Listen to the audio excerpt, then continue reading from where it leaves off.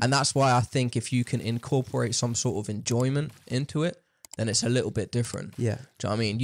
You can get there in a different sort of route and path, whereas you're trying to do it to become rich or to become, if it's just money orientated and your heart ain't really in it, and it's going to be such a different road than if you're doing it with a little bit of passion. Yeah, exactly. Yeah. Because if you do it with passion and it's something you want to do it, and then you also happen to like be able to monetize that, Yeah. I mean, that's the real winner, isn't it? Yeah, definitely. But it's hard to do things around work. Do you know what I mean? Like we try hard at this. You like the editing you do is crazy, and it's like it is time consuming. But you're right. It comes hard work. To it. Yeah, and it comes back. What exactly you just said. I enjoy it.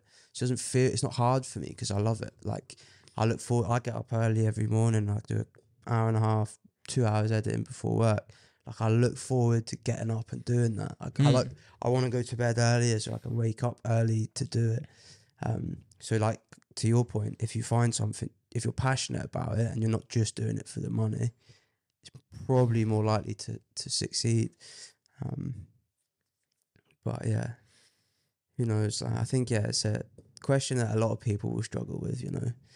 Passion versus money, and. Like, do you like a lot of people probably don't even know what they're passionate about, and then like what really makes them tick. And then if it's a hobby, like I love reading, you can't monetize that. Well, you could monetize that. Actually, that's wrong. You could start a book club. You could start a blog about books. You could do YouTube videos on summaries. There's YouTube channels that dedicate their lives to books that are really good at it. There is a lot you can and that's because they were bookworms growing up, and they started talking to a camera about how they love books.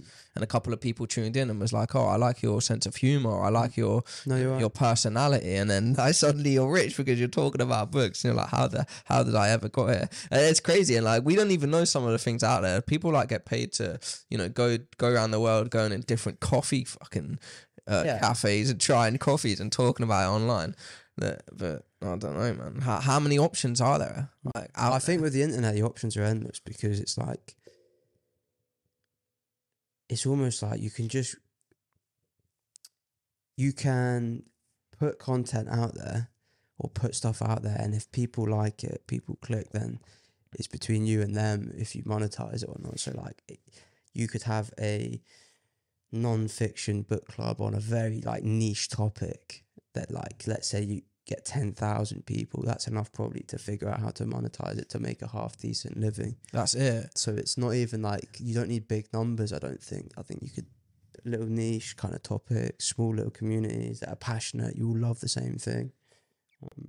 Mate, that's it. If it does take it's not as many people as you think following you. That dawned on me once. I used to follow this girl on Instagram called Sophie something. She's a guitarist from England, right? And you could pay like £10 a month to go on her Patreon and get like special tabs and special lessons, and they're really cool. But at the top it would tell you how many people done it. So it's like 200 people she had as like monthly subscribers. So what's 200 times 10? That's $2,000. Yeah. So that's like, she gets $2,000 a month off the internet, defo, at least. Yeah. And you can see, and that was a couple of years ago. So if she's at 400 now, 400 people, just 400 people want to learn guitar off her. That's not a lot. That's cool. That's $4,000 a month. This is why I think like content, when we talked, I think it was like our first episode, we talked about why we're doing this. And I think content is like where it's at the minute. If you could put content out there that people find valuable, there's no limit to what you can do, really.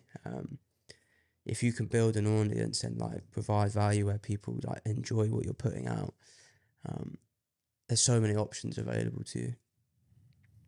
Yeah. So we'll do an update about this when we're sponsored. We're rich and we have that billion. YouTube plaque on the wall. Yeah. I just got back from London actually today, and I bought 3 different Euro Millions, buddy. So bring it on. Fingers crossed. So anyone who listens to this, put me in your prayers, and then if I win it, you know what I mean? I will do that thing to our 10th subscriber, our first ever subscriber. We'll give you $1 million. Which was me paying myself.